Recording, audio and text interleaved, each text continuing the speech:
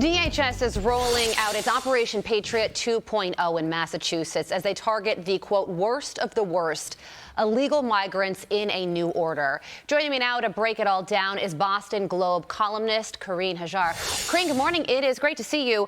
So ICE conducted a large-scale operation in May, and now they're at it again. So what do we need to know about this? I think we're having some audio issues.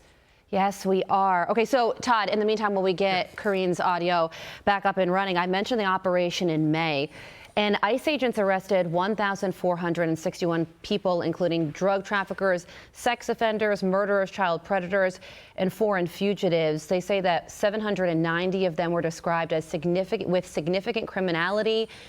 277 have been ordered removed by immigration judges. Okay, so Carine, we just got your audio back up, and you're apparently good to go. I was just reading through some of the statistics on what happened in May. So now we are in September. ICE is at it again in Massachusetts. What do we need to know about this immigration crackdown that's taking place right now? Yeah, so some of those statistics showed that about half of folks rounded up were in the criminal category according to ICE. The other half, though, were what they would call collateral arrests, meaning folks that were found in the process of going out in the communities and finding people who are high on the priority list for ICE.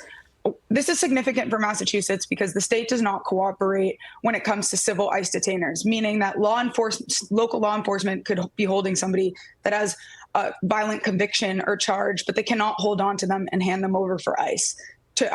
And that is the crux of the debate that the state is having with the federal government right now. So ICE is warning the state that if they don't cooperate in some way on folks convicted of serious crimes, charged on serious crimes, that you're going to see more of them in the community. And that could mean more of these collateral arrests of folks who are, peaceable parts of the community. Yeah, you're talking about the collateral arrests, but what the people who ICE are going after are the drug traffickers, sex offenders, murderers, child predators, and foreign fugitives, people who were ordered out of our country who decided to stay.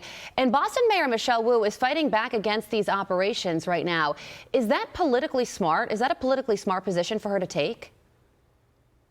Well, it might be in a re-election cycle. She's running for re-election as mayor and has positioned herself very much as the resistance against the Trump administration. But at the end of the day, this law that does not allow local law enforcement to cooperate with ICE on these, as they call them, worst of the worst. This is the Democratic-led state legislature that needs to amend that law. It's a 2017 Supreme Judicial Court ruling in Massachusetts that says that, the legislature is the one that has to say that law enforcement can work with ICE on these, as they say, worst of the worst. So Mayor Wu is more than happy to act as the resistance, but ultimately, if she cares about public safety, not only in the city, but also in migrant communities, because often these violent offenders go back into migrant communities, then she would speak out and put pressure on her Democratic colleagues in the legislature. Okay, let's talk about Massachusetts Congresswoman Ayanna Pressley, because her financial disclosures show she has as much as $8 million in assets. Apparently, on the one hand, she has several lucrative rental properties. On the other, she has called for rent relief. And here she is, Carine, talking about the Millionaire Club, a club of which she did not include herself in at the time. Listen to what she has to say here. I am so tired of these billionaire boys and their grubby little hands grabbing at everything. They want a country for and by millionaires that advances white supremacy, and that is the real agenda. To defend Medicaid and the people we love, billionaires who don't need another dime, people who will never face the agony of choosing between medicine and rent, groceries, and insulin. So how should we view her reported brand new millionaire status? Look, isn't it funny how the biggest beneficiaries of our capitalist system are often the ones that attack it the most in the political sphere? Maybe this new status is a good thing, especially for conservatives.